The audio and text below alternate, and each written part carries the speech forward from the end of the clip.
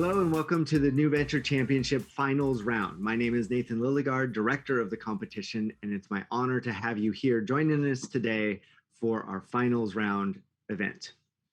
Let me take this time to introduce our 5 finals judges. We have Mr. Kim Chin, who is the founder and CEO of McChin Health Solutions, where he advises health service, product, and research clients and leads client teams in market positioning and growth, including strategic partnerships and acquisitions. He also serves as board advisor for Amalgam Capital and is a member of the Finance and Governance Committee of Go Global North Carolina. Welcome, Mr. Chin. Ms. Michelle Tinsley, who is the co-founder and COO of Yellowbird Holdings, a company that is a multi-sided market for environmental health and safety professionals and businesses. Before that, she's worked at Intel for more than 25 years and has also had her own consulting firm called Tinsley Retail Insights. She's an angel investor in Arizona and a member of the board of a company called QuickTrip. Anthony Rodio is a serial technology entrepreneur and executive and currently president and CEO of Your Mechanic. He has more than 2 decades of experience as an advisor and investor in Silicon Valley startups. He's built a career identifying consumer pain points and finding solutions and then building companies and selling them. He has previously served in management and marketing positions at Procter & Gamble, Microsoft, and Amazon. So he knows his consumer product. Mr. Nitin Rai is a successful entrepreneur turned VC and is the founder of Elevate Capital, a firm in Portland, Oregon. He's invested in over 100 startups and serves as the chair of TIE Global Angels and president of TIE Oregon. He's also the CEO and founder of First Insight Corp, which is an e-health records company. Ms. Kristen Luck serves as an advisor and growth strategist through her consultancy Scalehouse. And she is also founder of 3 marketing analytics companies that she's led to successful private equity-backed exits. She's an investment banker to boot and is a founder focused on helping fellow founders and executive teams scale and monetize their business.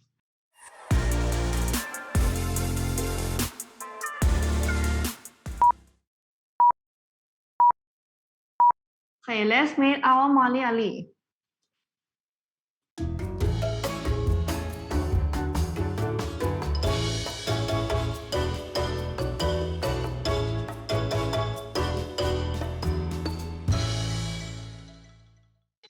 Now, do you know there are 5 billion lactose intolerant people, 2 billion obese people, and 500 million diabetic in the world today?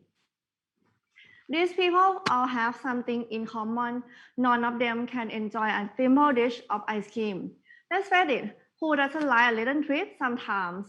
I'm Nan, the CEO of Molly Ali. I'm owned 4 health conscious cafes throughout Bangkok. More and more people coming to my restaurant and looking for healthy snack alternatives. Today, we would like to introduce habit forming premium plant-based ice cream, serving 3.4 million lactose intolerant for healthier life with 300% growth rate in 5 years. Operating worth 67 million annually. Next, Kun Pete, our CMO, will talk more about Molly Ali.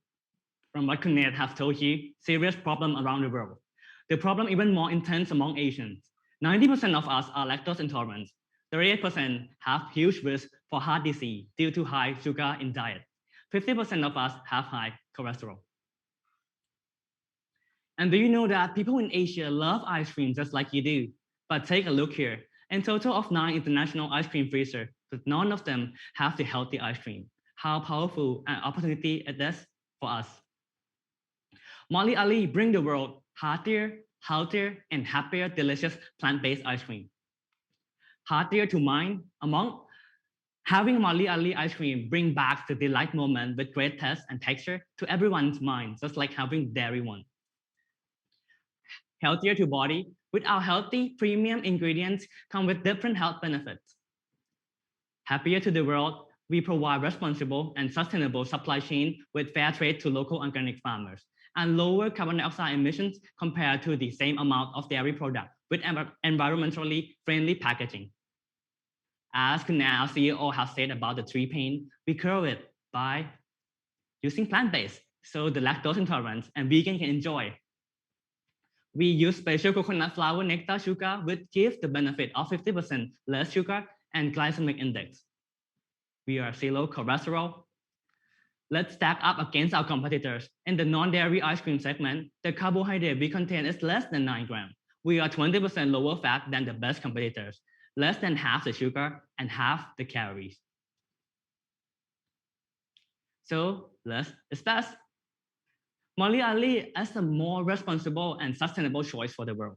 We are 70% less emission than the dairy ice cream. We are ice creamer than ice cream, creamy and rich without compromise using our secret recipe. Over the past 9 months, our team, including food chemist Dr. Patanapan, head Department of Food Chemistry from Mahidol University, developed 2 trade secrets.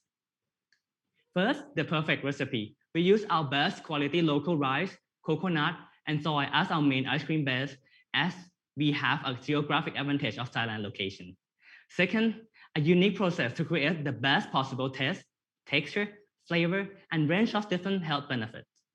The ice cream manufacturer production, process, and recipe are exclusively owned by Molly Ali. Now, Molly Ali has launched 4 flavors that got the highest score from our tasting, and we sold it in soft launch last month. Another 4 flavor in our second phase is now ready to be launched next week. We are working on another 16 new flavors. The soft opening event of Molly Ali was launched last month at Siam Square, center of the crowded millennial community and popular lifestyle shopping mall in Bangkok. We also got a lot of good feedback on social media as well. During our 3-day soft launch event, we sold out our entire stock of 500 cups. Our soft launch combined with the online channel, till now we sold together in total more than 1,300 cups, even we are not fully launched yet. Molly Ali has created a lot of smile over the last 9 months. In that time, we have tasted more than 200 batches and continue developing until today. Our biggest challenge is that everyone knows that healthy food tastes terrible, right? But wrong. More than 1,000 people have tasted our product and they told us that Molly Ali is as tasty and creamy as dairy-based ice cream, with 4.7 out of 5 overall satisfaction score, rating 4.6 on our creamy texture, rating 4.3 on our sweet level, and rating 4.3 on willing to buy more. Now let's go further to the market. As you see here, the healthy USA ice cream consumption is 20% compared to the regular dairy ice cream, with 36% lactose intolerant people.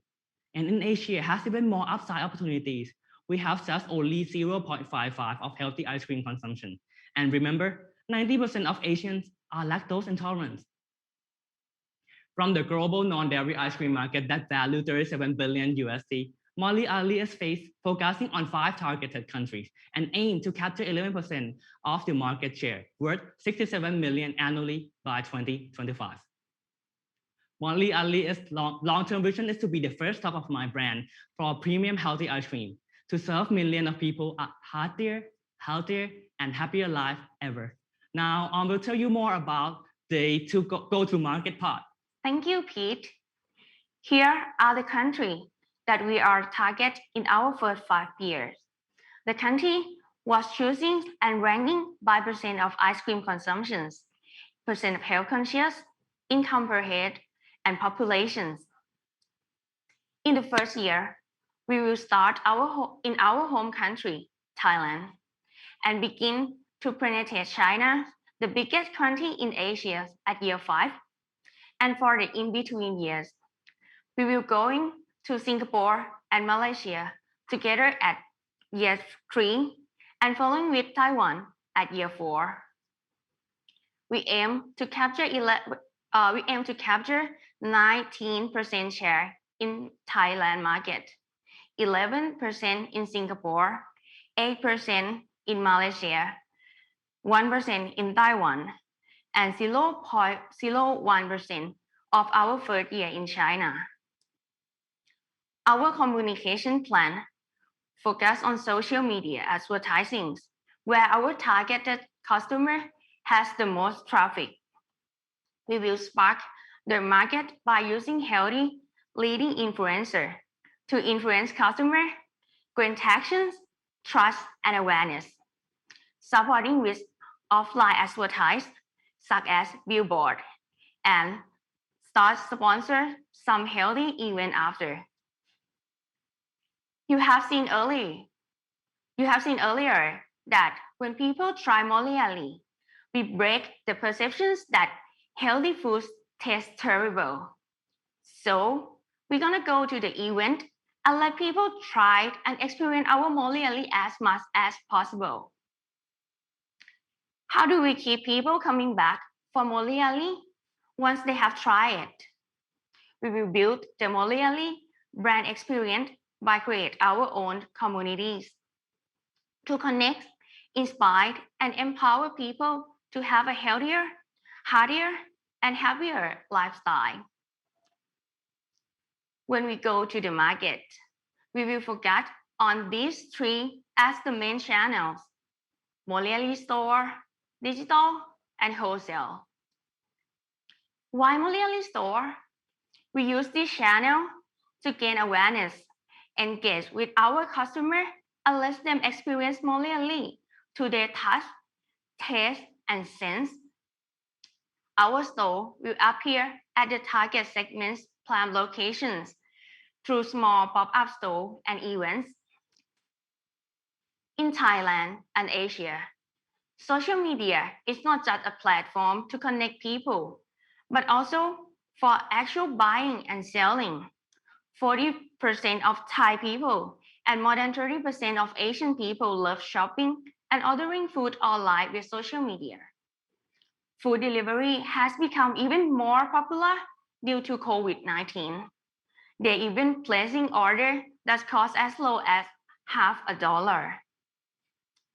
To make Moliali have an easy way to access people's life, we already partnered with Grab and Lyra, the biggest delivery platform in Asia, with the more than 3,020 million bookings. While our focus in the first year is Moliali store and digital channels, in our second year, we plan to start building our volume and scale by selling wholesale, mainly through the modern trade, to reach more people and more completely. We already have this letter of intent from leading supermarket and food chain in Thailand. By year 5, we expect the wholesale channels to be 64% of total revenue, while Moliali store and digital will be 18% each. Our Moliali operations and supply chains take quality ingredients from the farm to our manufacturing facilities and on into our customer hands. As our manufacturing is based in Thailand, the world's largest food exporter, most of our ingredients will be sourced domestically across many parts of Thailand. To support local farmers whenever possible, our ingredients are sent directly from farm. Overall, 80% of our ingredients are from locals and only 20% is imported. For the manufacturer, the place that we used to spell all the magics in our ice cream was rental nearby Bangkok. We made all of our ice cream in-house, dividing the process into 4 main steps: mixing, churning, hardening, and storage. Our current capacity is 600 cups a day. Moliali plans to expand capacities to 8,000 cups a day by 2023, and will scale up to reach the 5th-year goal at 100,000 cups a day by 2025. As in the main selling channel that we have mentioned before, with store, digital, and wholesale. With digital order, the ice cream will be packaged in a specially designed package, delivered by messenger, and maintain the ice cream temperature with dry ice. For wholesale customer, Moliali will deliver our ice cream using cold chain logistic provider. We're using sea cargo cold chains to keep our ice cream frozen and stable during shipping for export. For the targeted country, the ice cream will deliver within 5 to 10 days. Next, Kun Nan will walk you through the numbers. Thanks, Kun Om. As we talked earlier, we will sell through three main channels: Molially stores, digital, and wholesale channels. Cost of goods sold is the same across three channels. We see difference in staff length and delivery cost. This results in different margin across the three channels. The highest margin is the Molially store at 51%, followed by digital channel at 48%, and finally wholesale at 25%. Let's talk about our revenue projection by channel. For the very first year, all of our revenue come from retail channel, divided into digital at 90% and store at 10%, because we would like to build brand awareness through own retail channel in the first stage. For the second year to fifth year, we plan to launch our product to 4 target Asian countries, mainly through our wholesale revenue to 64% in the end of year 5.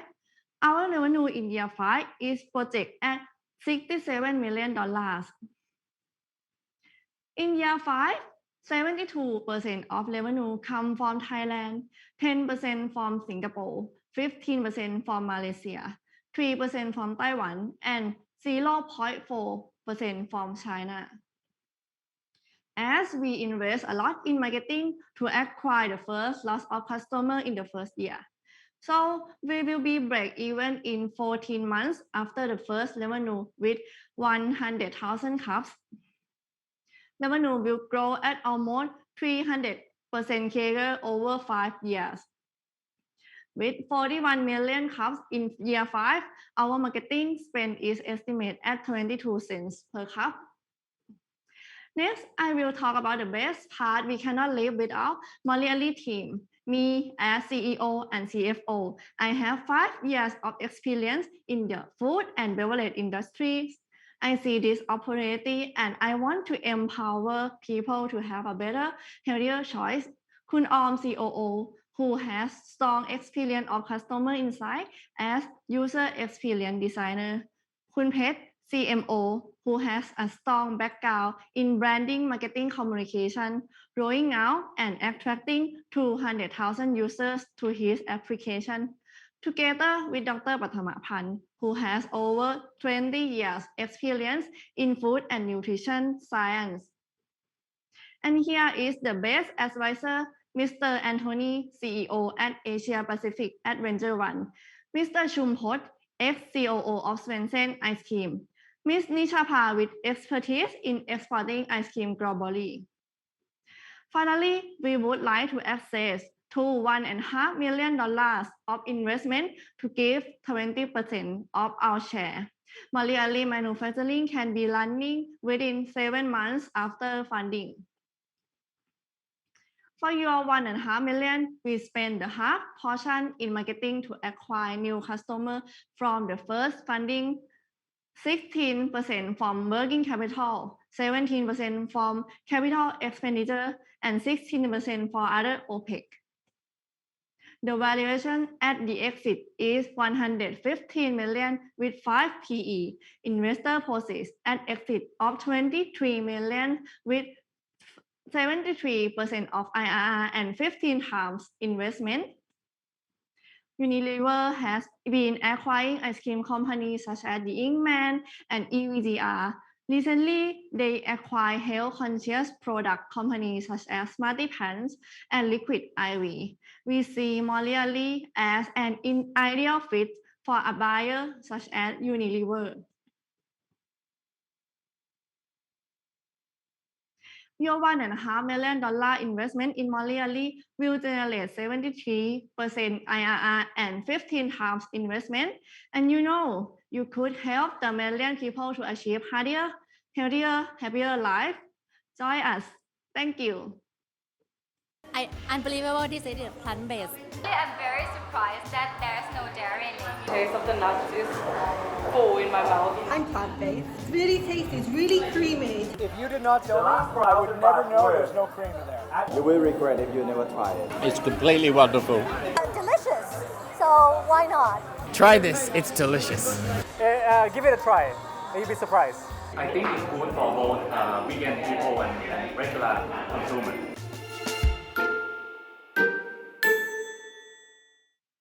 So we're ready for questions. First off, great presentation. Really enjoyed it. Appreciate you guys staying up late. My first question is, as you mentioned in your deck, the U.S. market for non-dairy or plant-based ice creams is a little more mature than there. And in the U.S. market, rice-based, and from your ingredients, it seemed like rice was a primary ingredient. Rice-based vegan or non-dairy ice creams are not in favor versus coconut, almond, or other plant-based ice creams. As far and the share, the market's growing rapidly, but rice-based is not growing rapidly. So kind of, and unfortunately, in the old world, we would sit in the room and I could taste your ice cream and I would know how good it is. But in this virtual world, I can't do that. So I just wanted to understand how you fell on a sort of more rice-based recipe when the more mature markets out here in the West have kind of pushed away from rice. You asked like how different it is between the rice-based and other based, right? I was sorry for talking too fast. I was saying that your ingredient list, at least what you showed, it's a secret recipe, so I don't really know, but it had rice as the first ingredient, then cashew milk, I believe. Mm-hmm. And in the more mature Western markets for non-dairy based or plant-based ice creams, it's cashew milk and almond milk and oat milk that are predominantly winning the market.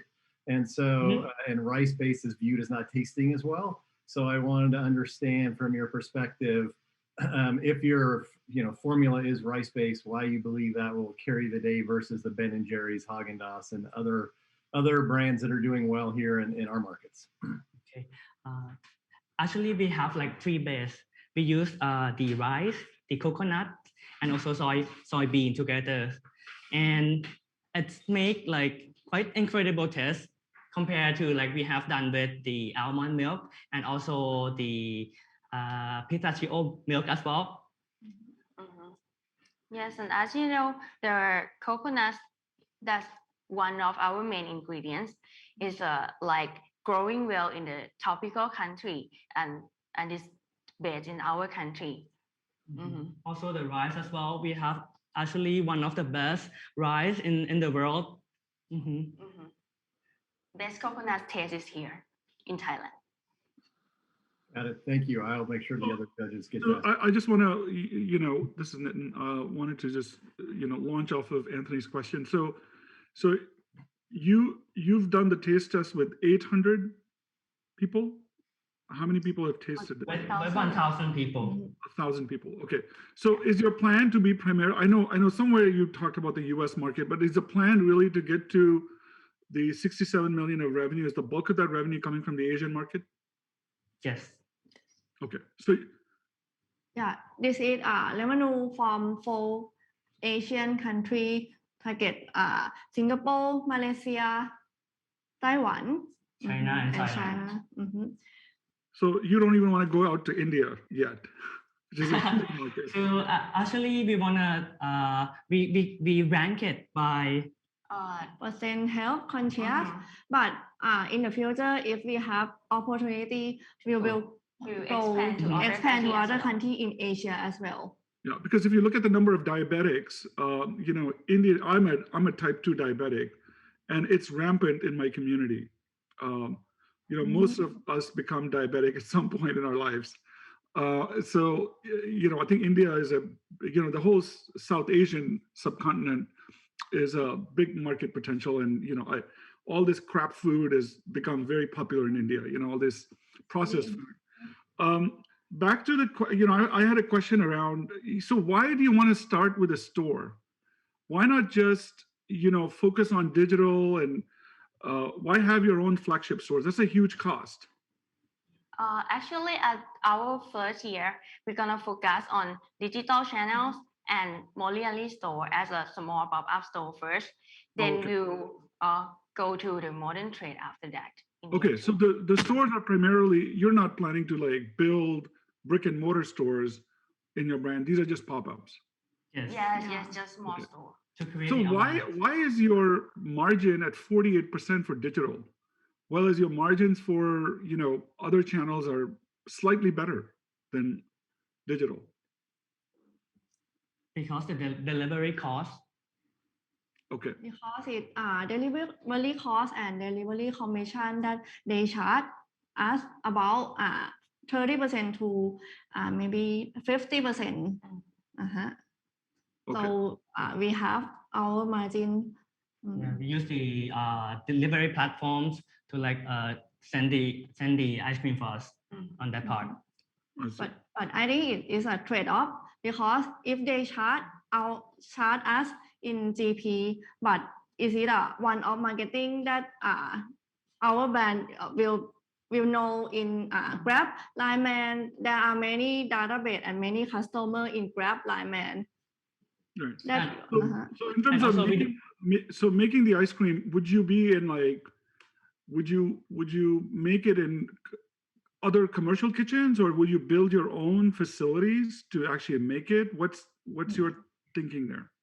Okay, we make all of our ice cream in-house, building our own manufacturers. Okay, so you don't want to partner with some other company that owns the real estate, and so you just go in, put your equipment. Is that you're not going in that direction? We rent the factory. Actually, Okay. Actually, so it is a commercial kitchen model. You just put your own equipment in there. You don't own the real estate. You just renting it. Okay. Okay. All right. Thank you. I have a question. Maybe you could share with us kind of the story of how you came up with the brand name Moliali, and how have you kind of tested that for resonance in the Asian market? Our Moliali is happy molecular for all. Yeah, that make customer healthier, happier, and happier. We have tried many. We come up actually with many names, but we have tasted the name with our friends and also like our customer in the on the preparing stage, and they like the name. It sound fun, sound fresh, and sound like friendly and happiness. Yes. Okay, excellent.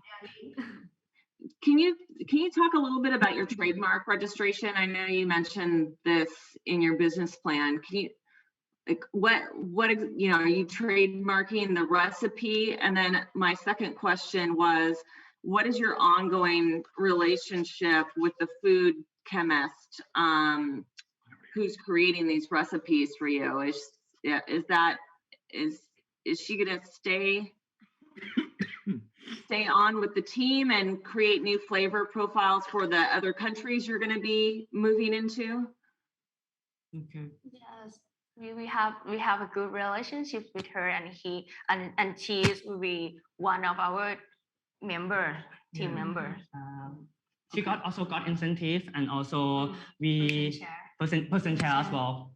Okay. And actually, what we have done, how we create the texture and create the flavor. Actually, we do it together with the professor. Okay.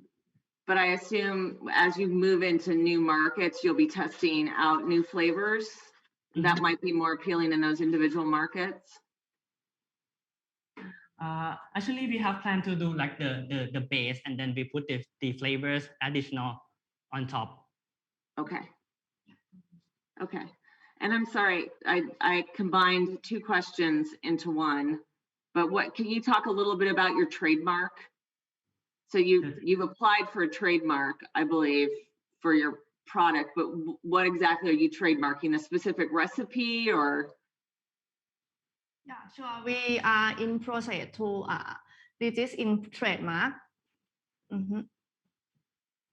Okay. Sawadika. I had a question. Surrounding how you brand Moliali. Of course, in Asia, food is everything, right? And people look for good food. So in terms of your branding, do you think it's more important for taste, or do you think it's more important for the health benefit? How do you balance the two? Okay, I think it's come together. If we it's a weight. If we go this much part, when we can get the people from this part. So we have to wait as best as possible as we could to have also the good branding and also the taste as well. Yeah. For the food industry, the taste is like very important part that we cannot live without. I think it's in the US, we have a company called Impossible Foods. You might have heard of it. And it's interesting because the case study there is whether it's what they call taste, whether taste is more important or whether it's the health benefits. I think it's the case study from that example is that if you compete on taste, you are likely more, there's a greater potential for conversion because in Asia, the market, as you might agree, people really look for good food. So in your promotional materials, it's great to see good feedback from people that you interview that the taste is good. So the question is, in your tagline, you have hearty and healthy, but I'm wondering whether you might want to consider tasty as well, because taste is really, really important in terms of the conversion process. What do you think about that? Okay. Actually, it's high behind our happier. Yeah, it's tied on the heartier side because it's like a barrier that people think that healthy food are delicious. So heartier is like you eat our plant-based ice cream, but it feels just like the dairy ones. So actually it comes as the first one.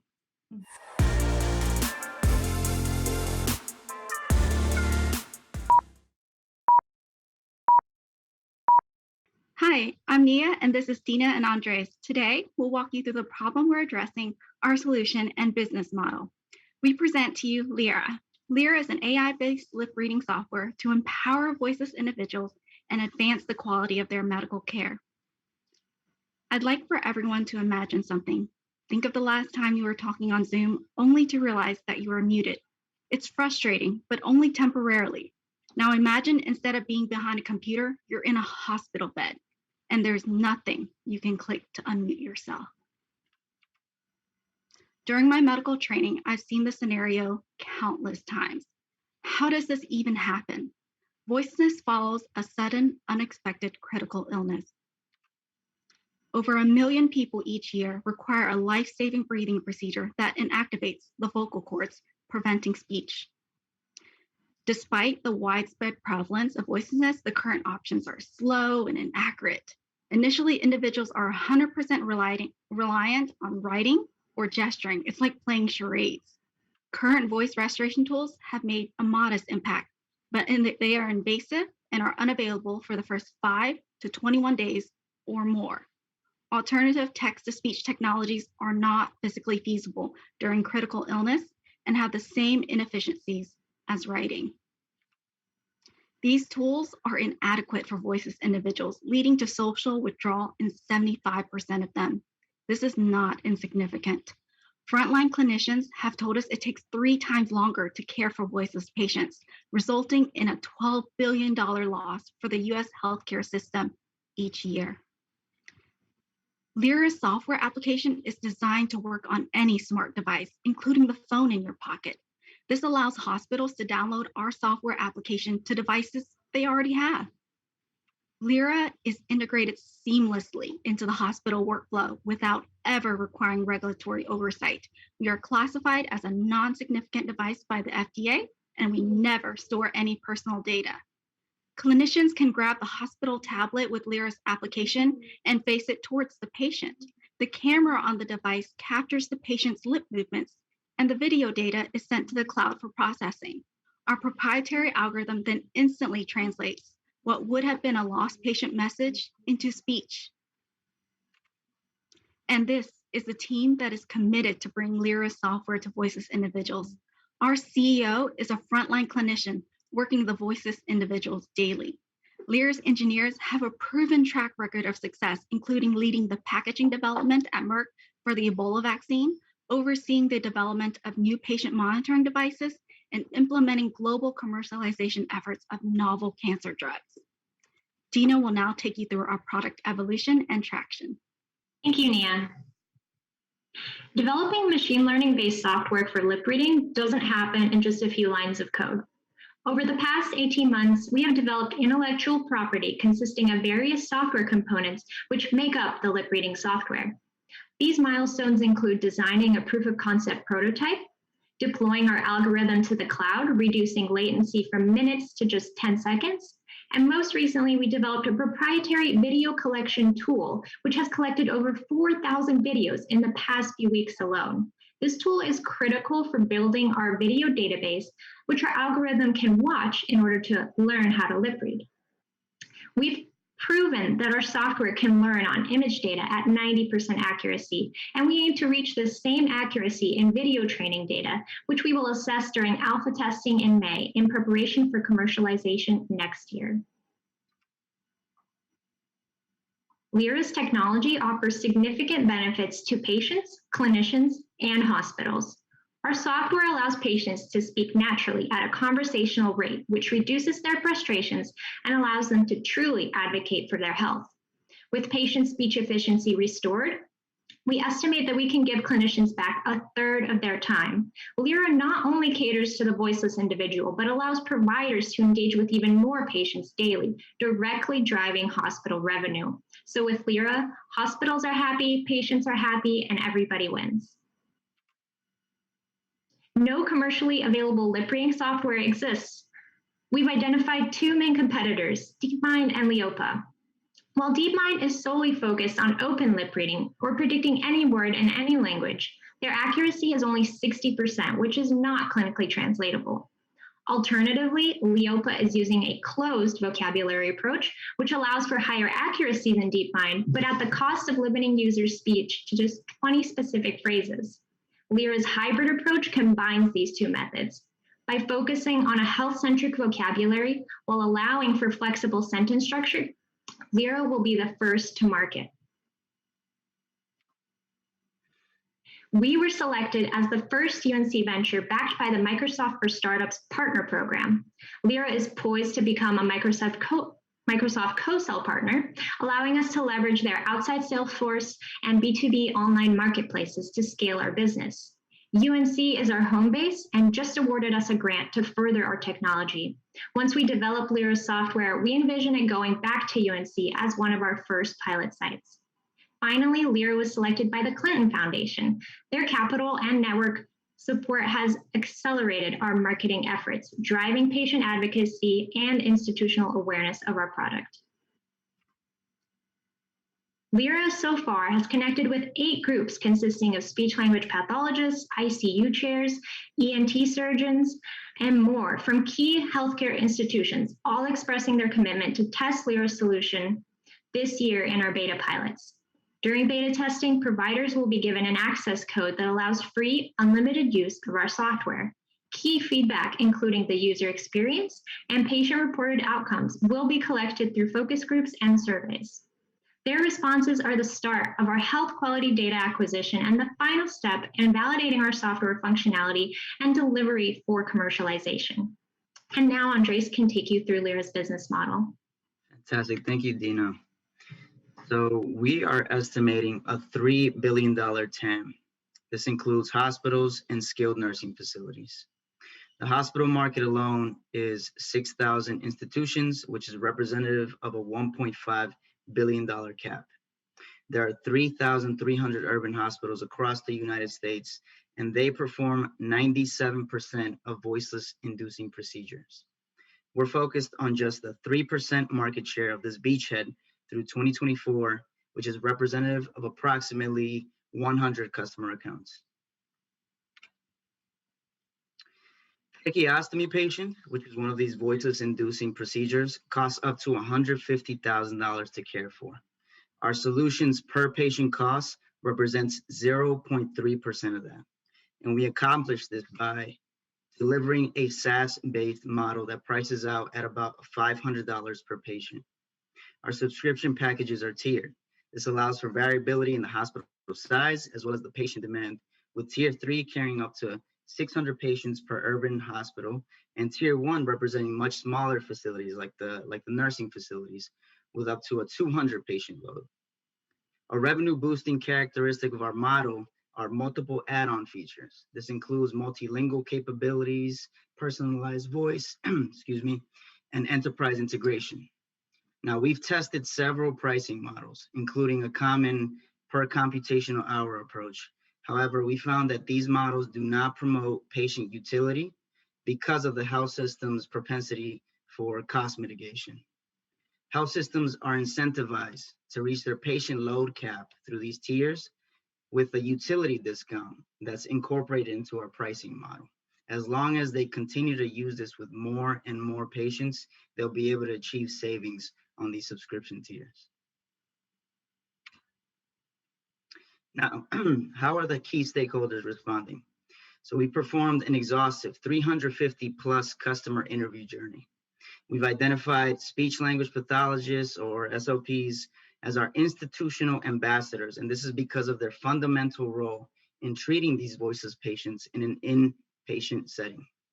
SLPs have expressed that this is the first tool in their career that can make a true difference in the voiceless treatment paradigm. And the very patients they're treating have exclaimed that they would race us to build this technology. Lyra is going to begin market penetration in a phased approach. First, we're going to focus on converting the beta test sites that Dina mentioned to paying customers. Beta testing saturation is that moment when these trial users fall in love with our software, and we provide that continued access to the optimized software.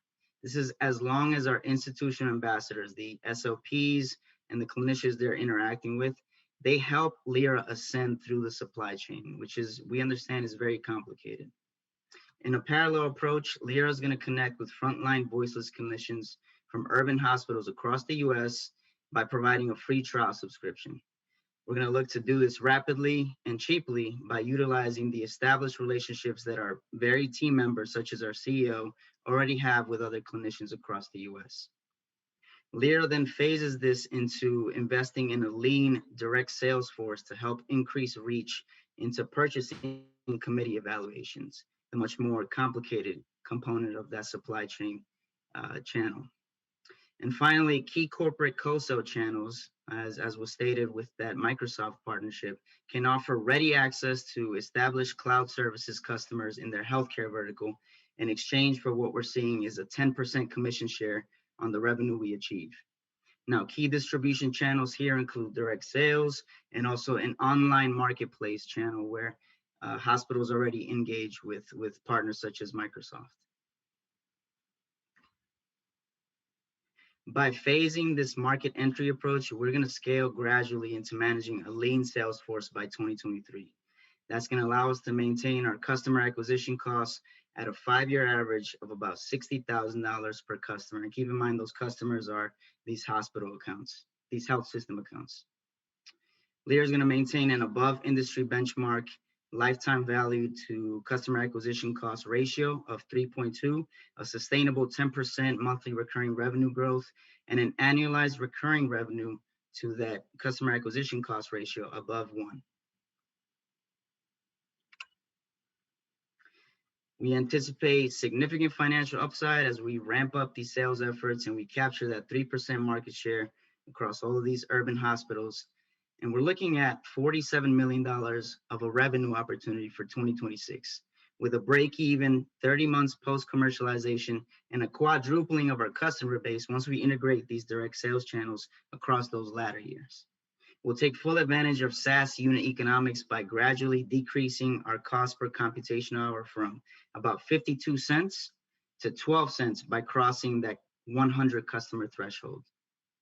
Our team's vision goes beyond voicelessness and into deafness, telemedicine, and much more. And we believe there's a place for lip reading technology in every single household. To date, Lyra's network has believed in our growth, and we've raised raised over 20% of our market entry capital goals. Lyra is raising $400,000 now to deploy pilot programs beginning this year. Funds are going to be allocated across the following categories: customer acquisition costs to secure that revenue generating contract, software development staffing and infrastructure for commercial readiness, R&D testing for pipeline market evolution, and also keeping the lights on with G&A. This early growth is going to allow us to place Lyra across the United States with the ultimate goal of impacting up to 250,000 individuals by 2026. Let's continue the conversation. We're Lyra, your voice is our passion. And if anything we said today resonated with you, you can pull out your phone, whether you're watching this now live in this setting or it's recorded for Friday. That QR code on the screen makes it easier than ever for you to volunteer from wherever you are, at home, on the couch. Take a minute, read some phrases out loud, and you too can make a difference for these voiceless individuals. Thank you very much. Hello, team. This is Ken Chen. I'm actually just up the road or down the road from you. I live in Cary, so we're local. Awesome. Great program. One question is, obviously the algorithm efficacy of the algorithm is dependent upon the training data. And currently you're using a video-based model, right? Because you're using facial recognition based on videos.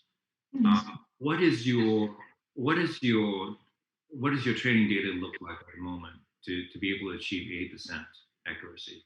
So currently our training data, I mentioned that video collection tool that we've developed, and that is basically volunteers going to this QR code and recording themselves speaking certain phrases that we've listed out, and we record them, and we have all of their facial features and the lips.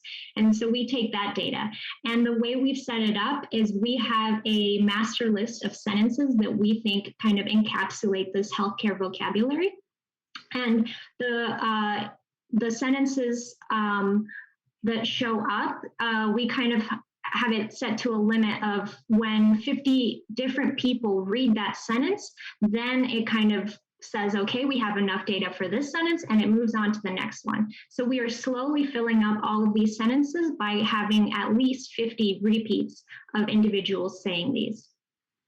Exactly. And our key goal is data diversity. So we're making our goal of building this proprietary tool is to make it as accessible as our technology is going to be, by the fact that our application can be downloaded on a phone and can be activated the same way our proprietary tool can be pulled up on your phone, and anywhere in the United States or anywhere in the globe you can contribute to this initiative.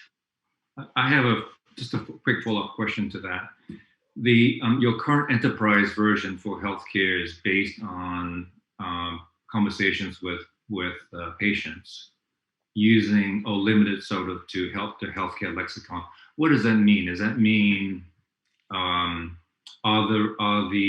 is the lexicon based on how patients feel, or is it more than that? The vocabulary. So our CEO and he is an ENT surgeon, so he deals with these patients daily. He helped develop this vocabulary base that we are targeting, and it. Sorry, what was your question? I kind of lost my train of thought. The question was, what would you define? How would you define?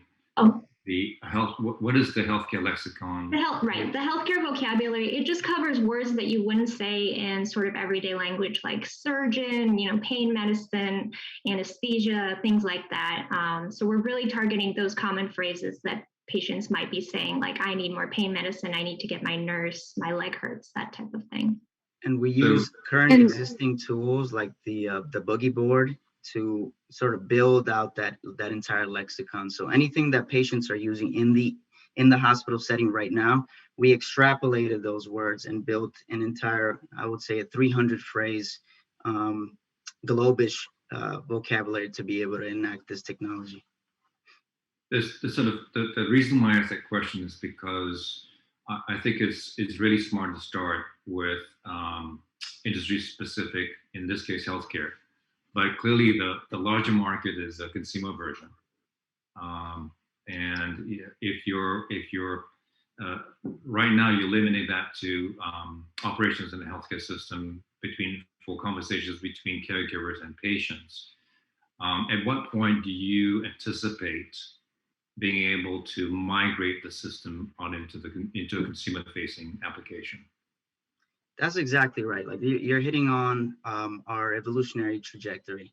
As it stands right now, one of the main reasons, well, there's two reasons. We're very passionate about healthcare with all of our ties to the industry. I mean, different capacities. But number two, we've modeled out what the finances would be if we were to bring this from a business to consumer model. And the finances aren't there. We're approximating what these consumers would be able to actually be charged on a per month basis. We would have to capture about 50% of the laryngectomy market to be able to deliver on just about $10 million of revenue for that market.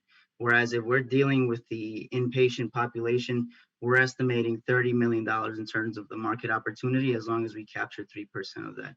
But AI is able to learn, it's able to adapt, it's able to just feed off of the data that's being fed. We imagine that an intubated patient with very limited lip movement, very limited optical flow, eventually our algorithm will be able to perceive what those different phonemes are that they're delivering, so that we can even go into the mechanically ventilated population. And beyond that, telemedicine, COVID taught us that it's beyond an essential asset to all of these hospital systems. So we intend any type of interruption that happens during some type of telemedicine prompt, that becomes a little bit less critical patient, more general population. And if you look along the continuum of patient care, 70% of these patients don't go home. They actually go to a skilled nursing facility or rehab center where they actually learn simple things again, like how to feed themselves, how to pick up a spoon. So along their continuum of care, it's inpatient in the hospital and then expansion into those facilities. And really only a small percentage, 10%, go home right away. So we're actually fitting right into where the patient needs us most for that initial period of time where communication is very crucial to their care. And it's been very well documented how improved communication makes the patient not be readmitted to the hospital as much. They're able to pick up their medications more. They're able to seek out care when they need it earlier. Ask a quick question around regulatory. Is there any regulatory approvals that are needed, given this is kind of an assistive device in healthcare? Sure. We've had an initial meeting with the FDA, and we're a non-significant risk device, so meaning we do not require any of their regulatory approval for testing. We have a locally approved IRB by UNC to do this alpha testing as well. And then in addition, we do have a stage approach that I think Andres can go over with reimbursement strategies for the future. That was going to be my next question then, is there a CPT code that's required, and does that code exist already, or you have to get one created? Exactly. Yeah. So Nia, thank you for the toss up right there. So we do have a long-term reimbursement plan, but we recognize that there will be clinical trials that have to meet a certain threshold of validity to this.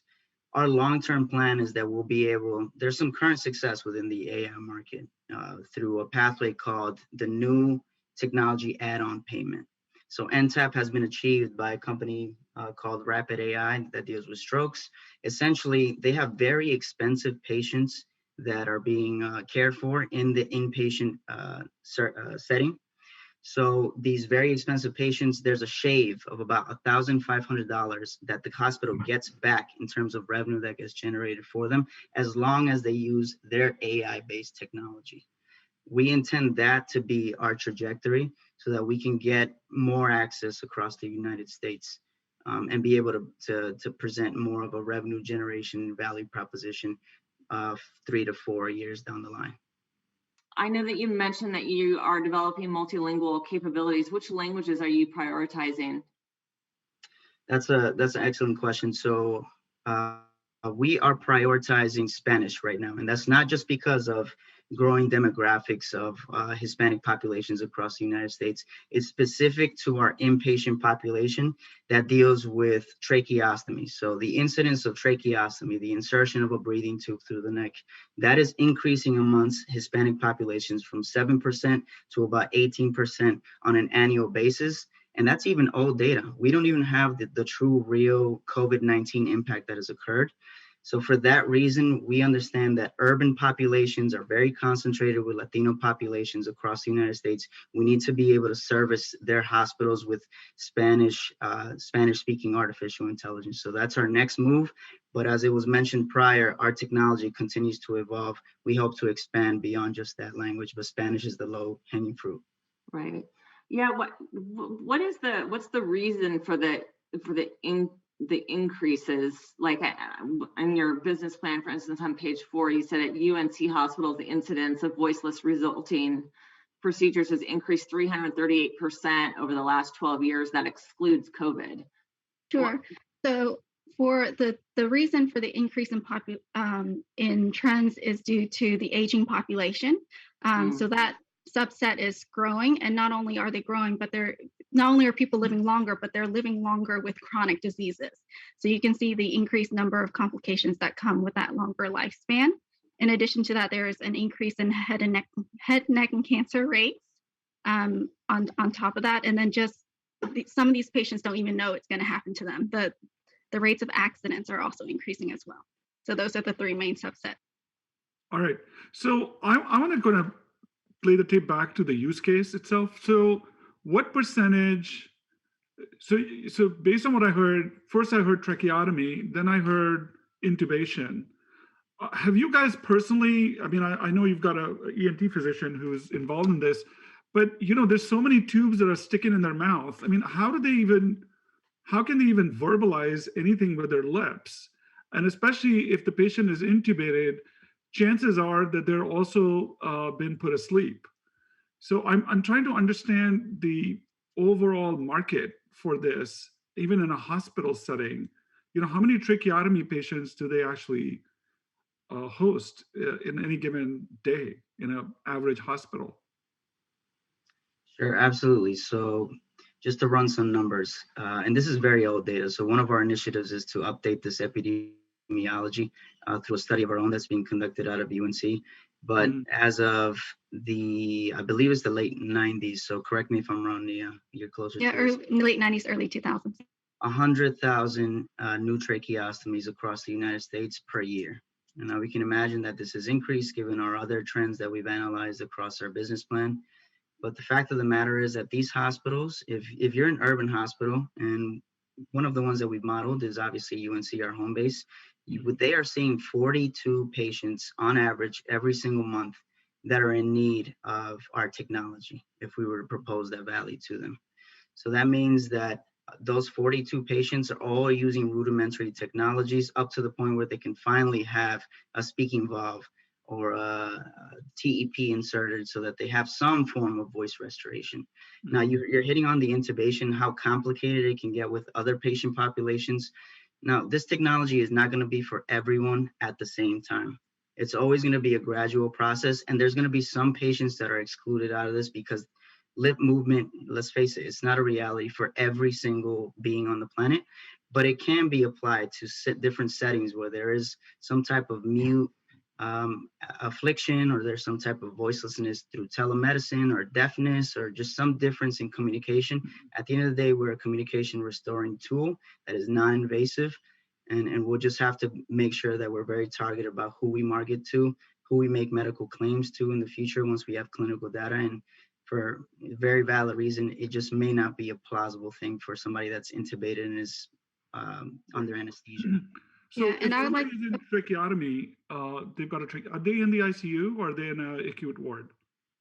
They can be in the acute ward as well as the ICU.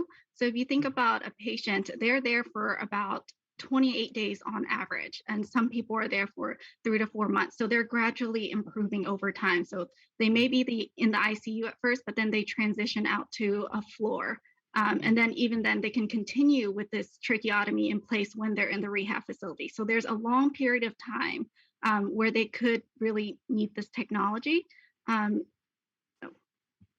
Yeah, so I'm just again drilling down to like as a percentage of, so an average urban hospital, let's just say UNC hospital, what percentage per month these sort of 42 patients represent in terms of patients that they admit? So one statistic that we have is that 97% of tracheostomies do occur in large urban hospitals like UNC. And also these tracheostomies are mostly occurring in the region where we're in, like the Southeast region.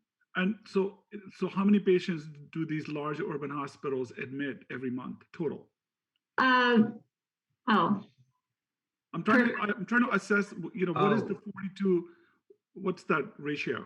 Is it 1%? Is it 2%? What is it that as a total number of patients that they admit every month? That we need to drill down a little bit more. We're everything that we would say right now is speculative, but it is not. It wouldn't be, obviously it'd be a very small percentage compared to their total population bed occupancy across the entire ward. So it's not. Have you talked to hospital administrators and purchase and decision makers beyond UNC to really test the viability of something like this in terms of being able to sell into the hospital space? Yes, we've been talking to CEOs, we've been talking to chief medical innovation officers.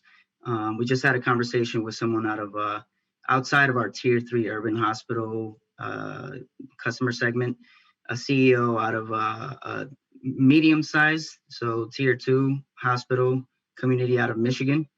And their reference point was this can be applicable to patients beyond just the ones that are being tracheostomized. Other patients that are just fatigued or coming out of surgeries that may not even include just the voiceless nature of generating, not being able to generate because of these specific procedures. So they have extreme enthusiasm that we can cross over to other applications beyond just the tracheostomized. We are segmenting that just because of the proximity to that specific patient population and just the efficacy confidence that we have around being able to deliver on them. But lip reading technology, we believe, can go all over the departments across the hospitals. And this is validated through these customer interviews, qualitative and quantitative methods that we've been using.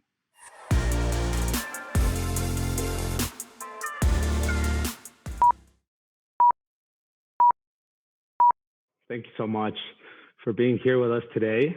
We're very excited to get feedback and recommendations to improve our business plan for Leap Snacks. My name is Alan Spindle, and I'm originally from Mexico City. I grew up in a family that for over 30 years has been involved in the restaurant, food manufacturing, distribution industry in Mexico. So I've always been very passionate about food and CPG products and the entire food system as a whole.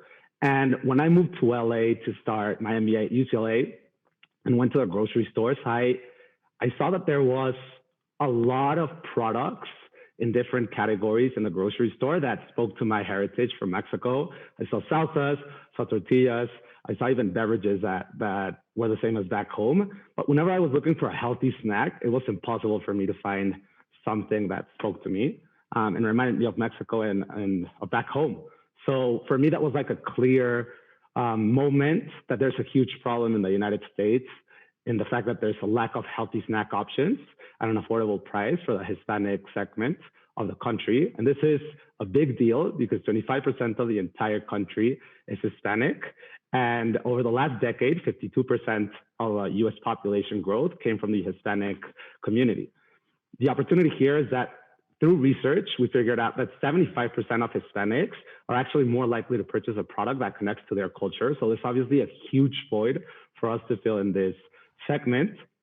And also, over the last decades, we've seen Hispanic foods go from an ethnic-focused food into more of a mainstream product that every American consumes. And we see this in Cholula being in literally every household and every restaurant, as well as tacos just being one more food that every American consumes. So we think that there's also a lot of opportunity of going from Hispanic to a more mainstream consumer down the road. So our solution is Leap Snacks. At Leap Snacks, we're trying to do healthy snacks at an affordable price that really target the Hispanic population in the country. And our first product is going to be a protein bar. This protein bar is going to be plant-based. It's going to be a mix of pea protein as well as amaranth and chia from Mexico. And we also really want to focus the fact that it's healthy, and we want it to have 3 grams or less of sugar and 12 grams of protein. So 12 grams of protein, it's not a meal replacement, but it's also not just a snack bar. It's what we call a utility bar. So we're trying to play in this segment and really highlight the Hispanic flavors, using flavors like guava, passion fruit, hibiscus, and tamarind. And each bar is going to be priced at $2.50. So with me today, we have Austin Crane and Jordan Stern, who are part of the Leap Snacks team. And as you can see, we have a very wide and diverse experience in industries like food, CPG, finance, consulting, tech, biotechnology, and also autonomous vehicles. So now I'm going to pass it on to Austin for him to talk a little bit about the industry, the competition, and the work that we've done so far. Awesome. So first I wanted to briefly touch on our research. So Alan, Jordan, and I took Leap Snacks through our business creation capstone project here at UCLA Anderson, which involved a lot of research. We did about 130 hours of primary research, and that was split up across both customer interviews as well as expert interviews with CPG founders, sales and marketing professionals, and even food scientists. Then we also sent a survey to measure things like willingness to pay and purchasing drivers and consumer preference, and then also supplemented with a lot of secondary research from things like Mintel reports and academic journals. And all of that research will be sprinkled throughout our presentation today. So now let's look at the industry overview. So overall, the $80 billion snack food market is where Leap Snacks would like to reside. We plan on creating a variety of different products across different snack categories, but we want to start in the protein and nutrition bar space because it's still a huge $4 billion market and is one of the fastest growing subsegments with a 6% CAGR over the next 5 years. Now we know there's a lot of competition in this space, but at the same time, there's so much competition that it's very fragmented. We feel like focusing on the key trends and drivers listed, we'll be able to carve out a space for ourselves. So again, that's using alternative and plant-based protein, a focus on e-commerce, which we'll touch on later, and most importantly, being a healthy yet still affordable snack. But we know that focusing on these key trends and drivers alone won't be enough for us to have success. We want to learn from the success of some previous players in this space, where we've seen that by focusing on a niche market first, you can then move upstream. So Cliff and RX Bar have done this excellent. Cliff focused on the climbing and outdoor segment. RX Bar focused on CrossFit. They were able to, in that community, drive their sales growth early and then move on to mainstream retail. So for us, we want to do that by focusing on the Hispanic, millennial, and Gen Z consumers. And even we've seen this, so Dang is a much smaller company, but we've even seen them have success in this by focusing on Asian consumers. They already have placement in 10,000 stores, including Whole Foods. So we've seen that there's a recipe for success here. All right, so now I want to talk a little bit about competition. So Mezcla and Unite are really the only bars that we've seen that feature Hispanic-inspired flavors. There is Go Macro and RX Bar included on this slide just for context, but I'm really going to focus in on Mezcla and Unite. So when you look at both of these, they both have a Mexican chocolate flavor. Mezcla has Peruvian peanut butter and Unite has a churro flavor. Then when you look at their other flavors, you see that Mezcla has Japanese matcha and Unite has peanut butter and jelly, which really doesn't fit that trend. If you dig into their websites a little bit more, you see that they're really focused on the global flavors. They just happen to feature these Hispanic-inspired flavors early on. Leap thinks we can be successful by focusing solely on these Hispanic flavors with a product that's made in Mexico and tailored to the Hispanic audience. The next thing I want to look at is the combination of price and being a plant-based protein better for you bar. So if you look at Unite, they're pretty comparable on price, but we beat them out on sugar content, and they also do not use plant-based protein.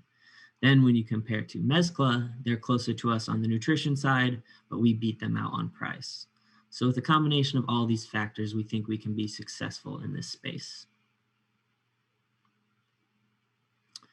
So now let's get into some of the execution side. And our supply chain and our supply chain partners are really what have allowed us to have success. So first, we'll look at Diego Reyes, who's the COO and co-founder of our co-packer, Baranolas, located in Guadalajara. And they provide a significant cost advantage, first and foremost, which Jordan will cover in the next slide. But we also have loved that they align with our values on both sustainability and inclusion. They use renewable energy in their factory and hire a representative proportion of their workforce in women. And then we'll look at import, export, and logistics. So by producing in Mexico, we have to deal with importing this product. However, with these partners, we feel that we have that covered. Alfredo Rodriguez is the Vice President of Land and Sea, which is actually a subsidiary of Alan's family business, Grupo Orfano. So he handles all the import-export for their restaurant group and does over 1 million pounds of produce annually. So he'll be able to take care of everything for us. He has all the relationships with the customs brokers and everything figured out, and we'll be able to piggyback off of them and rely on Land and Sea to handle that for us. At the same time, however, they don't actually own any trucks. So that's why we'll be partnering with Nuvo Cargo as well. Deepak is a good friend of Alan's from undergraduate, and he's the CEO and founder. So they recently did a $12 million Series A round. And what Nuvo Cargo does is focus specifically on the relationship between US and Mexico with freight providers. So they locate freight providers at the lowest possible rate to allow us to get our product from Guadalajara to the United States in an affordable manner. So now I'll pass it over to Jordan. We'll get more into our supply chain cost advantage. Awesome. Thanks, Austin. So Austin alluded to this a little bit, and outside of, the operations in Mexico being tied to our brand awareness and really what we want to represent ourselves as a company, it also provides a cost advantage. And that's something that we had to prove out. It was originally hypothesis, and we were able to move through our research and work to really prove that use case out. So on the left here, you have Baranolas, who's our co-packing partner. And on the right, you have a representative example of what it might look like in the United States. We didn't just focus on Mexico. We did our due diligence and really checked in on what it would look like to do co-packing in the US compared to Mexico. And as you can see here on the left, after including all the raw materials and sourcing and manufacturing, as well as the logistics, we come to a total cost that's significantly lower than what U-Bar would be able to provide by doing the manufacturing and co-packing in the US, which is fantastic. But the other added benefit here beyond just base price is Baranolas was able to work with us on volume. And one of the things that we know is really difficult for startups in this space that are launching new products is getting to a volume where you have the leverage to negotiate good prices on both manufacturing, but also shipping and freight and distribution. And so Baranolas is an example of this, being willing to work with us at low volumes at the beginning and bring us on as a partner. The same thing is represented in some of our other relationships on the freight and logistics side, being able to work through those stages of early launch where your volume is lower and eventually get to a place where you have that high volume that everybody's looking for profits. So that was a huge advantage outside of just cost as well. So now let's take a look at, we have our product, we get it into the United States. What's our sales strategy here? And one of the things I want to focus on is the fact that this is omni-channel. Our niche market to start with, as we mentioned, is the Hispanic Gen Z and millennial consumer. And so there is going to be a focus on e-commerce at the beginning. Those consumers are more and more going online for purchasing. They're attaching to brands through the e-commerce and retail that's on places like Amazon and company websites, but also through social media. So our focus with that niche market at the beginning will be heavily in the e-commerce space.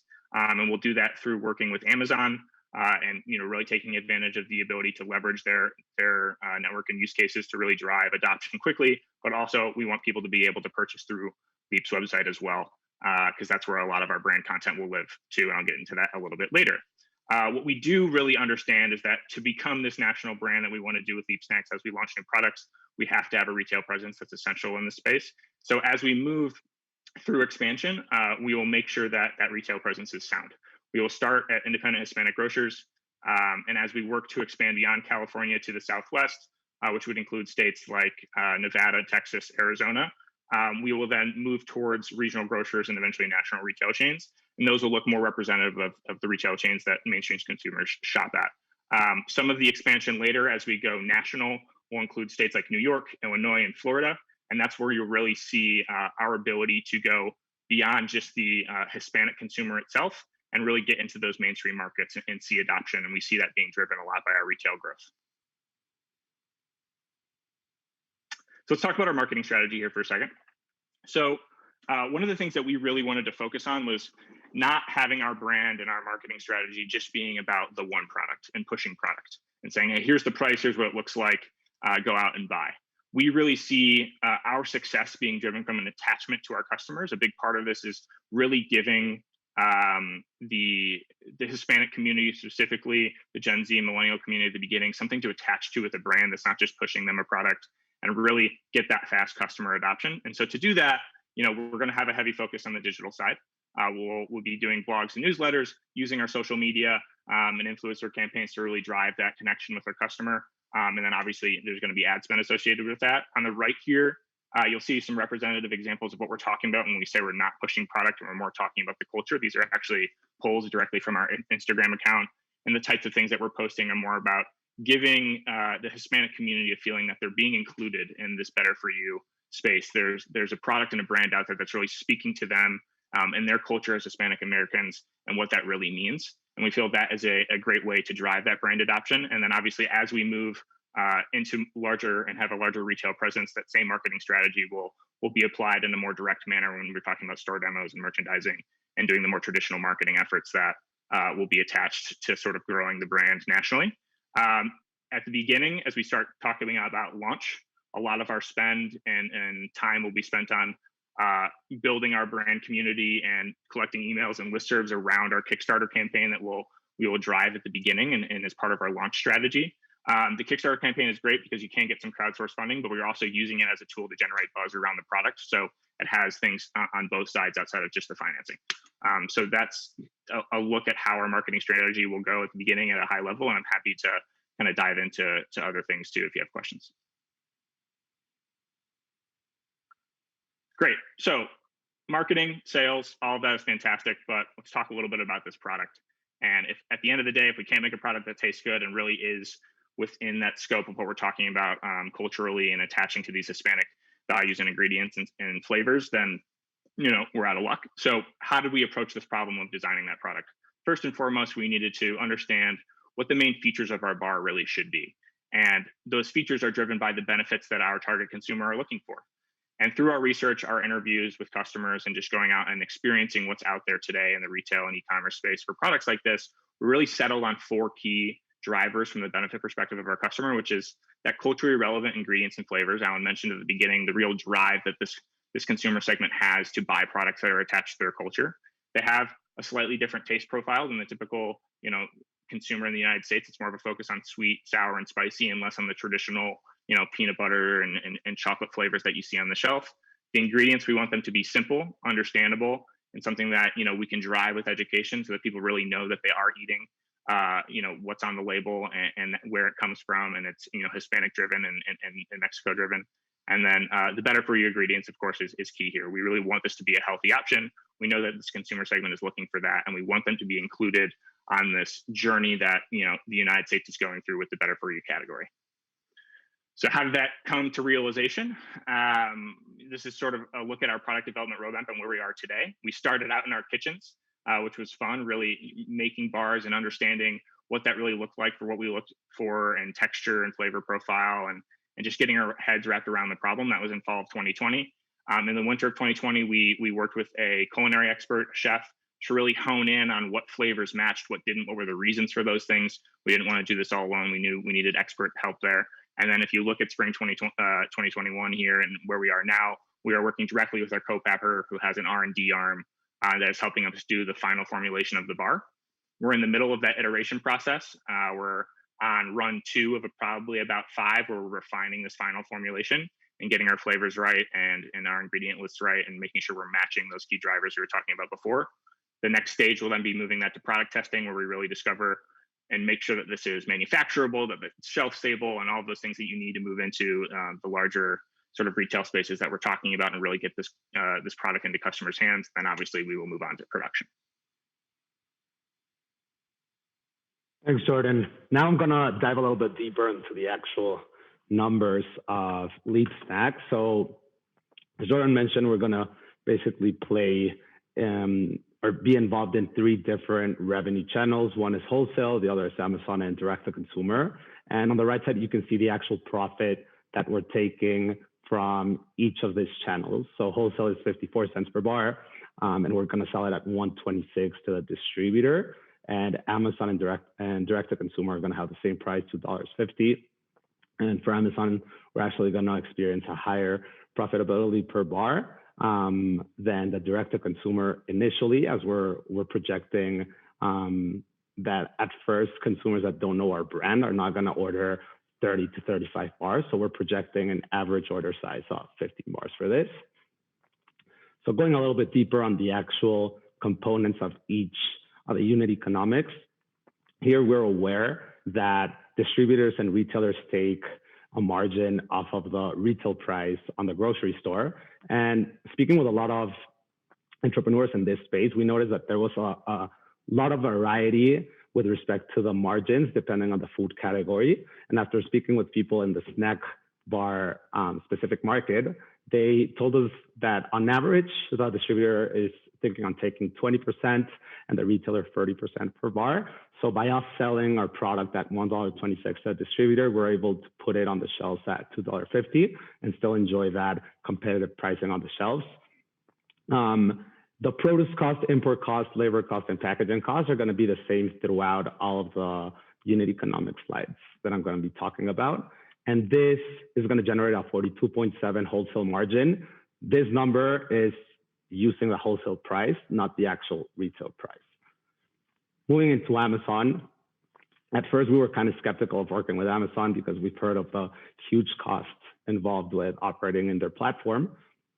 However, after doing analysis and actually using Amazon tools to calculate what our costs would be, we realized that this was going to be initially our most profitable segment. So the produce cost, import cost, labor cost, and packaging costs are the same. And the 2 different costs here are the fulfilled by Amazon fee, which is around 22% of the order size, and the Amazon referral fee, which is 50% of the order size. So ultimately here, we're projecting to take $1.08 from each bar, which is a 43.1% margin. Once again, this is projecting that the average order size is going to be 15 bars. When we move to the actual leapsnacks.com unit economics, initially we thought that this was going to be the most profitable segment, but due to the fact that we're working with heavy products, like the protein bar is heavy, and they're not necessarily high priced, the shipping costs really takes a huge amount of money off of the profit for us. Once again, assuming a 15 bar average order size, once this order size increases, direct to consumer actually becomes the most profitable segment, but we're not projecting people to order more than 15 on average when we launch. So the profit here will be 62 cents per bar, which is almost 25% margin. So before I dive into the actual financials, I really wanted to highlight the drivers behind our sales. Starting off with e-commerce, it's all about order sizes and amount of orders. So as I mentioned previously, 15 bar order average, and the majority of the sales are going to come through Amazon. Here, we're also taking into account churn and recurring rate in order to project loyal customers, as well as customers that we lose as time goes by. And on the actual retail business, we're aware that it's all about volume. After doing research and once again talking with experts, we came to a conclusion that on average, every protein and snack bar sells 3,000 bars per year per location. So that's not a lot. So you need to be in a lot of stores in order for this business to work. So in 2023, we're going to be expanding into all of California. 2024 to 2025 is when we expect to do a Southwest expansion, as Jordan mentioned. And the big jump that you see from 2025 to 2026 is basically going into New York, Florida, and Illinois. So these drivers are the ones that are going to ultimately give us this projected numbers. We're expecting a 200% CAGR from 2021 to 2026 to ultimately reach above $30 million in sales. And by 2023, we're expecting to be profitable by having $3,000 on operating income. And eventually by 2026, reaching margins that are more in line with industry comparables. So here I just wanted to do the same exercise, but just talking about the margins. Obviously, at first, our gross margins are going to be lower. And as we start gaining economies of scale, we project that 41.5% gross margin to increase to 50.5%. And in operating margins, same thing, 2021 and 2023, and even, 2022 and even 2023 are going to be the years that we're going to have to be putting money into the business to eventually reach a almost 19% margin in 2026. Just to briefly mention operating cash flows, we just wanted to highlight that also in 2024 is when we project to be cash flow positive. 2023, we're projecting positive operating income, but it's 1 year later when we actually see operating cash flow turning positive. So all of this is great, but without money and bringing in investors, it's going to be impossible for us to actually execute this entire strategy. So right now we have a 2-round strategy. The first one is raising $200,000 in Q3 of 2021 from friends and family. And the majority of the proceeds are going to be focused on marketing, sales, and inventory spend. And the second round will be in Q2 of 2022, and we're looking to raise $400,000 for a total of $600,000 after the 2 rounds. And this one, we really want to bring in money from angel investors and strategic investors that really have an expertise in the wholesale business, as this round will be spent primarily in building inventory and building those connections to expand into a wholesale side of the business. So before we finish, we also wanted to show you some of the potential advisors that we've already spoken to, and they've already told us that they would be more than happy to work with us, and they've been helping us in the entire process. The first one is Basim Monroe, who's the CEO and co-founder of Skin Tea, which is a VC-backed, ready-to-drink collagen tea, who I actually interned with over the summer. Deepak, which Austin already mentioned. Mikel Noriega, who's also a fellow Bruin that launched Alanita, which is a ready-to-drink mezcal beverage. And Rachel Drury, who's the CEO and founder of Daily Harvest. And we've built a relationship throughout my time in Anderson, bringing her to speak to a lot of entrepreneurship events at our school. So before we finish, we really wanted to give a pipeline of what's next for us. So first of all, we really want to finalize the development of the MVP. As Jordan said, we're halfway through the entire development, and we're looking to have an actual product that we can go out and sell by June, July. We also want to continue to do additional primary research and really keep on understanding the Hispanic segment better. There's a completely different customer interaction from people that have Mexican heritage than Puerto Rican heritage, than Colombian heritage. So we really want to understand all of these drivers behind our potential customers. Packaging, we just started this week working with a design agency in Mexico to really help us stand out in the shelves. We're going to launch our Kickstarter campaign before our official launch. And also, after doing all of this, we're going to put our first order of 10,000 bars to sell online and start sampling in retailers. Thank you very much, and we're open for any questions or feedback that you can give us. Have you had any taste studies done so far of the product? Sorry, taste studies? Yeah, like tasting of the product. Have you done that? Yeah. So our co-packer Barrinolas actually is sending us around 30 bars on each iteration. So with those iterations, we've put it in front of customers, and also as a team, we've tried it. The first iterations were very sweet. So we've been working on trying to get that sugar amount to the actual amount that we want, right? That it's like 3 grams of sugar. And also at first we were really focused on doing a guava flavor protein bar. And we've realized that it's really hard for that flavor to really pop out. So we've also been experiencing with other ingredients, but that's an ongoing process that we're doing every time that Barrinola sends us a new sample size of development production. And why not just launch it in Mexico first? Why the United States? Yeah, so I mean that's something that we've been talking about a lot, and there's multiple reasons. The first one is that these ingredients and flavors in Mexico are common, right? Like you can find this in every corner shop. there's some type of product. It might not necessarily be healthy, but the ingredients and the flavors are very present for any Mexican. And the other part of it is that by selling in the United States, we're actually experiencing a cost advantage because the United States consumers have more spending power than in Mexico. So we're able to sell it at a higher price than what we would be able to sell it in Mexico. So that's our initial thought and logic behind starting in the United States. Obviously, we're more than open to explore the opportunity of selling in Mexico because the product is made here, right? Like we would even save a bit more of money from the import to sell it locally in Mexico. Well, you'll also get great validation in the market, right? If you're targeting millennials, I mean, what better place but the backyard to do the initial sale there just to get the validation. I think there's some other judges had some questions. And Kristen, did you have? Yeah, I have a couple questions. I mean, one is, just kind of looking at the market opportunity. I know you've defined Hispanics overall. However, that's a pretty broad term, and it seems like you're primarily concentrating on the Mexican consumer. And I would assume that other folks that also describe themselves as Hispanic, Puerto Ricans, Cubans might have a different flavor profile. It looks like you're primarily focusing on Hispanic populations in states where there would be the highest percentage of Hispanics that define themselves as Mexican.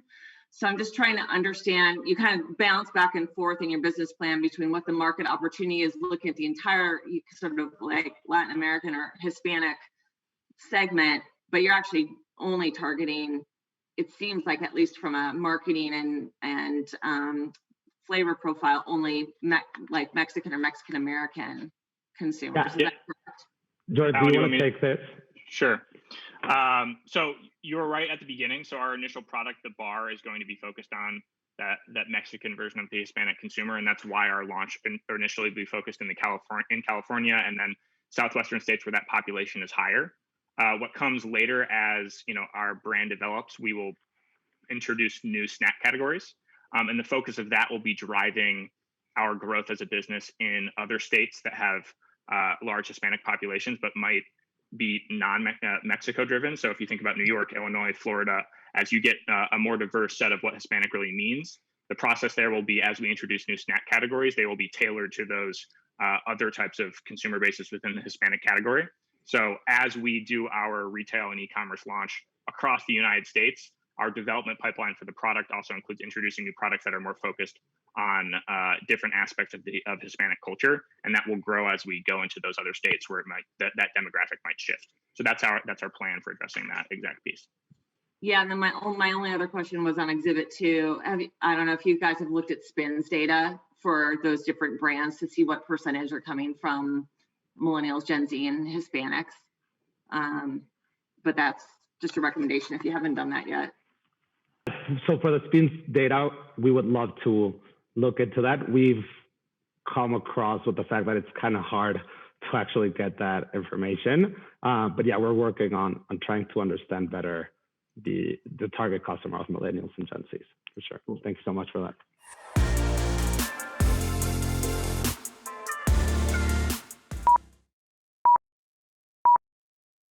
We are Bioseal XC. I'm Said Manouchehri, the founder and chief technology officer of the company. Today, I'm going to present an advanced wound healing system for horses. Talking about market problem, I want to start with this beautiful ranch. So the question is, what's the problem? The answer is, this ranch is far from medical or veterinary centers. So what it should be a problem? It would be a problem when a horse gets injured. That is a common thing in these types of ranch. In this case, the ranch owner will be into trouble. Unfortunately, cuts, punctures, and lacerations are a part of life when you have a horse. Horses are skittish by nature, and they have thinner layer of skin than most farm animals. As a result, horses frequently cut themselves in a variety of ways: falling or skidding, kicks and bites from other horses, normal course of life like barbed wires, nails, fencing, and glasses, run into things, step on sharp objects, get stuck on obstacles or trees, and this list goes on and on and on. According to our initial interviews, it shows that when 10 or more horses are paddocked or pastured together, on average, 12 of the 50 horses will get cut or punctured. So in this case, she will have two main options: taking the injured horse to a veterinary center or calling a vet, and second, using current wound care products. Going through the first option, we will face four main problems: high cost of vet visit, which is $500 to $2,500. Long distance, we consider it as 30 minutes. I will discuss why. And transportation expenses and personal times. And it should be mentioned that when horse injury can get worse by waiting, according to our interviews with vets, when the horse continues to bleed for more than 30 minutes, the risk of hypovolemic shock, which threatens the horse's life, will increase. So it seems that this option doesn't work properly. Going to the second option, we will notice that current wound care products in the market can only deal with either healing the wound or stop bleeding or disinfect the wound. So they are not effective enough. They need a vet to apply. Their healing rate is too slow and they last for 1 or 2 days. Consequently, we need to change the dressing. So here we found the pain and the problem, and we noticed there's a gap between this problem and the services in the market. And we are confident that our product can fulfill this gap. So how it works? Our solution is simple. Considering this injury, you will apply our product. It's done. So what's the procedure, how it works? In fact, when you spray our product to the surface of wound, it starts to stop bleeding within seconds, and then it starts to forming a wound dressing on the surface of wound, sticking to that for 2 or 3 weeks, like this.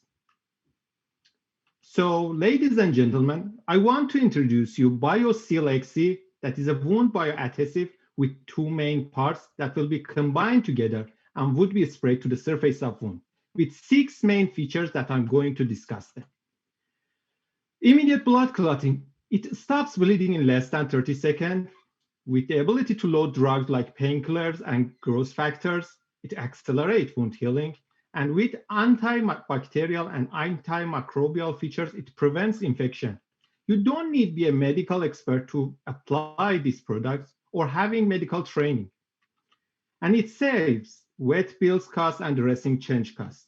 And it's important to know that with only 1 application, these products last for 2 or 3 weeks. So for our beachhead market, which is ranch owner in the remote areas, our product do not need any FDA or USDA regulatory approval. So it's a time and capitally efficient product. Talking about the current status, I should mention that we have 2 years of completed lab research. We did the characterization test and finalized the formulation for horse uses. And our next step would be producing the prototype and doing in vitro and in vivo tests. Having more than 80 interviews from the professionals in the different areas like physicians, EMTs, or ranch owners in the remote area, we got great feedback from ranch owners in the remote area. And because of that, we chose our beachhead market. We have the intellectual property of our product. You can see at Oklahoma State University, you can see the disclosure number. And when we want to launch our product, we are going to subject a licensing agreement and anticipate 2.5% royalty with OSU. Talking about wound care products in the market, we have 2 main segments, blood clotting products and wound healing products. We have lots of products in these 2 segments. And we can proudly say that Bioseal XC is the only product in the market that can deal with both blood clotting and wound healing. So we will be the first mover in the market, and this is our technological advancement. Talking about 10 main features of good product in the market, we can proudly say that Bioseal XC performs much better than competitors in the market. Now I want to ask Kevin to continue the presentation. Thank you, Saeed. I want to talk about this beachhead market in a little more detail. According to the USDA census from 2018, there are nearly 460,000 horse owners that live on remote ranches and farms. On there are about 2.8 million horses. Now, as Steve mentioned, there's an injury rate of 12 out of 50 horses on average. And we determined that our beachhead market could potentially buy this product up to 4 times a year due to the injury rate. That translates into a customer lifetime value of $114. Our estimated cost of acquisition is $22, and that creates an LTV to CAC ratio of 5-to-1. Putting that all together, we anticipate this beachhead market to be initially $41 million per year, and that's a recurring industry. Now, Saeed went through all the product benefits, and what we did is we quantified those benefits based on savings and probability of it happening. And we determined that Bioseal XC can save horse owners, remote horse owners, on average, $755. That's a 12x cost to benefit ratio to the horse owner. It creates a low risk factor for remote horse owners to try and use our product. Now, I just told you the initial beachhead market is about $41 million a year. Now, in year 2, we plan to expand the marketing of that to all horse owners, including barrel racers. And so that will get us a total addressable market of $104 million annually. Then when we get into our 3rd year, we're going to rebrand Bioseal XC and we're going to call it Bioseal Vet. When we talked to veterinarians, we found out that they could use the product on other animals, such as dogs, cats, even turtles. And the potential market there would be $1.1 billion. Bioseal could be used for human use. It would require FDA 510K pre-market approval to do it. But we found that Bioseal XC could be expanded for wound care, can be used in surgeries, and most importantly for emergencies, whether it's EMT, ski patrol, or extreme sports enthusiasts. And if Bioseal were to go that direction, the market could be anywhere between 9.7 to 28.1 billion. Our business model is simple. We're going to outsource manufacturing to an existing pharmaceutical company who will hopefully be a potential buyer and acquire Bioseal XC, which will be part of our exit strategy. What's appealing about this beachhead market is the marketing of it. Our customer interviews determine that they read a lot of print advertising. They read the Western Horseman, the Plaid Horse. They go to horse shows. They go to horse expositions, such things called like the Main Event in Las Vegas. But more importantly, we found out on Google that every day there are nearly 5,000 searches for horse wound, horse cut, equine wound management. That is nearly 1.8 million searches every year by horse owners looking for a solution to better treat their horse when they get cut or punctured. In terms of our sale, we're going to use a B2C model. We're going to drive traffic to an online store hosted by Shopify. It'll be a robust site that has instructional videos, links to influencers, we'll provide customer support, and we'll also have a checkout where we'll encourage them to buy multiple units of Bioseal XC by offering them a discount. We'll also use indirect sources, whether it's Amazon, Vet Valley, or Murdoch's. We will have a second stream of revenue. We are going to upcharge our shipping. We estimate right now that the cost of shipping will be $1.95 a unit, and that's using the United States Postal Service. We're going to increase that to $4.95. Collectively, between the two of us, we have 40 years of a business experience, 12 years of STEM education research, 1 approved patent, 12 published journal articles, and 1 successful launch of a family lifestyle business. Saeed has a background in chemical engineering. He is the creator of Bioseal XC. He will serve as the Chief Technology Officer. I come from an entrepreneurship background, and I will serve as the Chief Executive Officer. Now, I've had a limited experience with horses. I had an ex-wife who had 3 horses, but I don't profess to be a horse expert by any means. So we have an advisory board. And on our advisory board, we have 3 people who are well qualified in the equine world. 2 of them are equine veterinarians from prestigious veterinarian schools. One is from Oklahoma State, and the other one's from Kansas State. We have a professor that's going to serve as our technical advisor from OSU. And then we also have a business advisor who's a professor at OSU to help us with the business strategy as well as the exit. And then most importantly, we have our stable manager. We have a stable manager who runs 50 head of horses out of Devil Sum Ranch, just near Tabernash, Colorado, which is a remote area. In terms of use of funds and financial strategy, I just want to qualify up front, this part's going to differ from the written business plan. We got some excellent feedback from the judges in this competition during our semifinal round, and so we made a couple of important adjustments. The first one is we've shortened our development time. In the original business plan, we were looking at about 3 years to develop, and then we were going to launch the product in year 4. Now what we're going to do is we're going to shorten that development time into 2 years. The first year, as Saeed said, we got to do the prototype and the in vitro in vivo evaluations. Once that's completed, we'll do our alpha unit test. We're going to rely on grant funding of about $300,000 to get that done, whether it's National Science Foundation, USDA, or other sources. Now in year 2, that's when we're going to look to raise funds from an angel syndication. Originally in the business plan, we were looking at $950,000 or $600,000. Now we're looking for $600,000. This will be a Series A preferred stock offering, and it's anticipated to result in a 20% equity stake. Now we're going to take $250,000 of that $950,000 and use that to complete our field beta test. So originally we were going to use grant funding, but in order to shorten our product development time and get to market sooner, we're going to use some of the money from the angel syndication to complete the product development and then launch the product into year 3. And the remaining $700,000 will be used for that, with about 60% of that money going towards sales and marketing. In terms of our financials, year 3 will launch. We anticipate $2.7 million in revenue, and that is selling about 42,000 units of Bioseal to about 34,000 customers. The good news is we don't have to sell that many units to generate enough cash flow. As long as we sell 23,500 units, we will have enough cash flow in which to go into year 4, which would be our second year. Now in year 4, we are expecting a dramatic increase in revenue, and that's for a couple of reasons. One, we're going to expand our marketing to all horse owners. We're going to go after that total addressable market of $104 million. But more importantly, we have repeat recurring purchases from our beachhead market.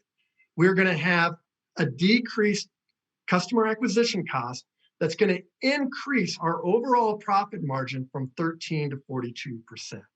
We do expect strong growth again in year 5. 20% of that will come from new horse owners. The second component will be the recurring purchases. And then the third part is launching Bioseal Vet in the market, which we anticipate will generate about $1.6 million in revenue and about $1.2 million to the overall gross profit. And because, again, decreased customer acquisition costs due to recurring purchases, our overall profit margin is anticipated to increase from 42 to 47%. Our exit strategy would be to be acquired by one of these 4 companies sometime in year 6 to year 8. These companies, according to Bourne Partners in their report called Market Insights in Animal Health, have been actively acquiring companies similar to Bioseal XC. Bioseal XC has first mover product advantage. It's the only product on the market that immediately stops bleeding within seconds and accelerates wound healing with only one application. It has a very attractive unit value proposition, and it's going to save horse owners on average $755, which is a 12x return on cost to benefit. As Saeed mentioned, there's no FDA or USDA approval. There's no FDA approval because it's going to be applied on animals, not humans. There's no USDA approval because it does not affect the immunity system of the animal, nor are horses considered consumable in the United States. So by not having this regulatory approval, we're only going to need 1 round of capital funding to launch this product into market. We have a very motivated customer base. As Saeed mentioned during our product interviews, the customers wanted the product now, and they are actively looking for solutions to wound cares, cuts, and punctures, as evidenced by the 1.8 million searches on Google every year. Initially, this will be a $41 million beachhead market, and these are the remote horse owners. We're going to expand that out to all horse owners, which will be a total addressable market of $104 million. we anticipate generating a 16x return to our investors. And one thing I want everyone to consider is that we're only asking for about $1 million to go into a market that's initially going to be 40 million into 100 million. We know investors would like to see a larger market, but keep in mind that we have a very motivated beachhead market that will help grow this into a total overall market. And so we think our probability of success is much higher than typical other investments. But more importantly, with $1 million investment to a potential $100 million, that's a 1 to a 100x on that. And so with that, we would love to have you on our team. Bioseal XC, the XC stands for extreme, because oftentimes horses need extreme healing. And with that, we would be happy to answer any of your questions. Assuming the science works, and let's make that assumption, do you see the vet as a friend or foe in the selling process? Overall, friend, there are some foes. We did talk to several veterinarians during our customer discovery process. And we do have 2 of them on our advisory panel that support it. We did talk to other vets. They weren't really liking the product. Their big fear is that they may use it inappropriately. And that could be for like an arterial bleed. But Bioseal will stop bleeding within 30 seconds. If it can't stop within 30 seconds, then the product label is going to tell the horse owner, time to call the vet, get them out there. So I think overall, vets will support it, but they were very supportive of the idea of them using it to treat other animals, including horses. The reason why I asked that question is because it's sort of like a parent and a child. A parent wants the best for their child. They will likely listen to a voice of authority to buy something that's good for the child. So in this case, horse owners, I would think, would love their horses. They all obviously have an economic interest in their horses. If the vet is if a vet is not supportive, then of the product, I think you would want to consider that, because they may potentially pose a block or a barrier to the sales process. The converse of that would potentially be true. If you looked at the vet as a friend, they could be a facilitator in terms of the sales process. So consideration for your thoughts. Yeah, and we're aware of that. And so we plan to use influencers as part of our marketing strategy, especially on social media. And some of those influencers would be the vets, especially the 2 that we're currently using. And then the other thing we found out about our beachhead is they are comfortable applying, doing some minor veterinary care. Some of these horse owners do suturing. So, they are willing to push the limits with it, and those vets are fine with it. And that's one thing we found is overall, the equine veterinarian is much more open to the idea of horse owners using this product. I have a question. I wanted to understand the license you need from Oklahoma State. Is that going to have an exclusivity period? You're 3 years from market, 5 years to getting to 10 million in revenue. What's to prevent somebody else from licensing the same thing from Oklahoma State, or someone else developing it in the next 5 years? Like, how sustainable is your competitive advantage given you need 5 years to get to $10 million in revenue? Saeed, why don't you go ahead and answer that? In fact, in year 2, we are going to file a patent supported by OSU. OSU will pay all expenses for that patent. So when we want to launch, thanks to OSU at this case, and when we want to launch the product, we are going to do that licensing agreement with OSU. And the OSU will be a part of owner for that patent. Are you a part owner of that patent too? Like, who owns that intellectual property? At the moment, me and my advisor are the owners. So when Oklahoma State wants to do the patenting, file the patenting, they will own half of that, and the rest would be between us. Okay, thanks. And when we do the licensing, we are going to ask for exclusive licensing rights to prevent the problem that you're talking about. So you talked about the 16x return for investors. Can you, how is the business going to get valued? Would it be based on its EBITDA or revenue? top line revenue? And do you have any comps to talk about in this space that Yeah, have it would be valuation? sure. It would be based on EBITDA, Mhm. and we estimate that our EBITDA, we would use a 5.5 X on that EBITDA, and that comes from the Born Partners report that I mentioned earlier as an exit strategy. We looked at similar companies that were being bought. Now, the typical EBITDA exits about 11 to 13 X, but they were larger markets, and they were larger by about double. So that's why I went with a 5.5 EBITDA with that. And so that gives it a potential exit value of $70 million. And if the investor has a 20% return, that's how I came up with the 16X multiple. So, there's a company in the wound sealing space, which actually came out of the Rice Business Plan competition. They were sold for about 80 million with a much bigger market. So I'm questioning whether you can get, given the limited market potential. So it'd be good to see if they're specifically in the horse space. If you're talking about comps, are they in the horsing space, so to speak? No, they were in the animal biotechnology space, and so that's why I cut the EBITDA in half. Okay. Because I did look at market size compared to ours, and they were double, and so that's how I came down. But then flipping the question around on the revenue growth, do you have comps where you've seen this kind of revenue growth? I mean, how certain are you about these numbers?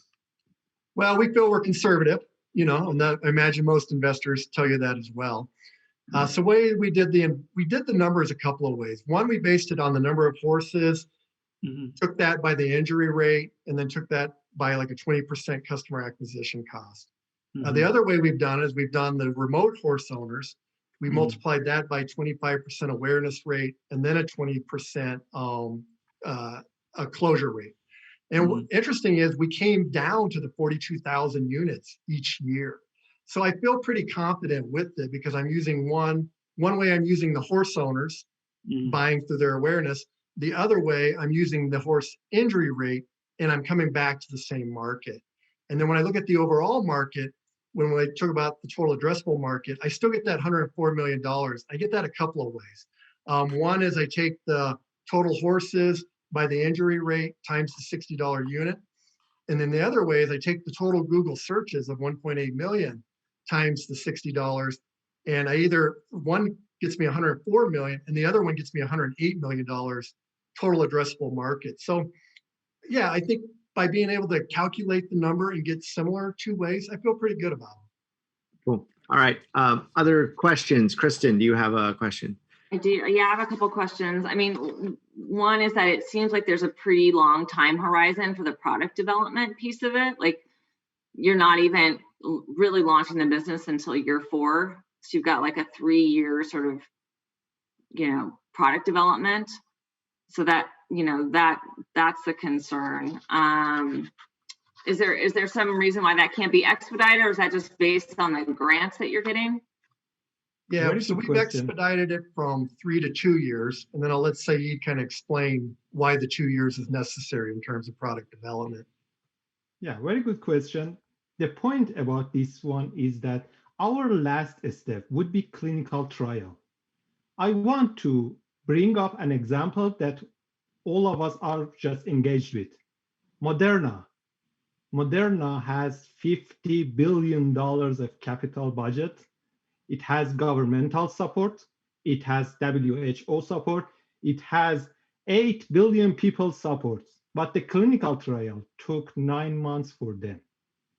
So considering this is, yes, clinical trial for animals, but considering our capital budget, I think we should have a concern to it takes longer, because we should, for injured horse, to apply our product and having the consent of their owners. Right. Okay. And then sorry, go ahead. And I was just going to say, during that field beta test, we're relying on the horse to get injured, but we just never know when it's going to happen or how frequently. You'd have a storm in Oklahoma and they run through the fence, and now we got 12 horses to treat right away, and then we go 4 months without anything. Right. Yeah. And I guess my other question is, I don't know how much research or conversations you've had with this about, people that own horses on remote farms, but there's when a horse gets injured, then you're calling the vet. If you can't fix it yourself and paying for it, it's something that occurs and you're like, okay, now I'm going to incur this cost, versus what we're now asking them to do, which is to pay up front, assuming their horse is going to get injured at some point. So is there any, living in rural Oregon myself, surrounded by horse people, I guess the question is, did some of these ranchers or horse owners more conservative fiscally, and so wouldn't want to pay up front that amount, would rather take the chance that the horse doesn't get injured and they would call a vet out to the ranch? Well, we found out through our customer discovery interviews, when you saw that products that say you listed, they own all of them. And not only do they own one of them, but they own many of them. They have them for their truck, they have them for the trailer, they got them for the paddock. So they're quite comfortable having product on hand. And what we have to do as our marketing awareness is let them know that this product is out there, that they need to buy it and have it ready. And because they do read certain magazines, they go to trade shows, and we know where they're at, we can mail them samples as well. So our initial focus will be that awareness so that they will buy it, they'll have it, and they're ready to go. I had a question about your CAC at 22. That seems awfully aggressive to acquire remote horse owners to buy a product that's new to the market. How did you calculate a $22 customer acquisition cost? Because that seems extraordinary from what my experience is in SEM. That's based on our total marketing budget for the year divided by the number of customers purchasing it. We figured we had to be pretty aggressive that first year, as I was telling Kristen, because we got to build the awareness. It's the horse gets injured, they're not going to go Google. They're going to treat the horse, call the vet or whatever. So we got to make them aware that, hey, this is out there. This is a solution for you. And so that's why it's a little high initially. But as I said, with recurring purchases, that comes down and increases the overall profit margin. Cool. Michelle, do you have a question for us? Yeah, I was more questioning on the competition slide you had in your pre-reading. It basically showed like where you stood apart was on the scarring, but I was curious how you knew that if we don't have it physically in trials yet. Saeed, go ahead. Excuse me, could you please repeat your question? I didn't understand. Yeah, so when I looked at your differentiation from there was like a blue blocker, a blue seal, blue something. That was a competitor that is out in the market today. Your differentiator was that you were essentially going to have less scarring with your product. But I was curious how you know that and can differentiate on that if we haven't done the trials yet. Yeah. The point about this product, bio product, is that we have well-known growth factors. And the advantage we have is that our product has the ability as a scaffold to load that drug and release them gradually. So this advantage makes us sure that it works. So we can load them and it will just release it gradually. And we are confident about that. They have the result for their product. And we have the result for our product to release them gradually. So everything is okay. Have you validated with Merck or what you said you're going to use J&J for manufacturing, but any potential acquirers? Have you had any early conversations about what you're doing and what their interest level is? No, we have not. We've relied solely on the Bourne report for the companies that would be potential acquirers. Mm-hmm.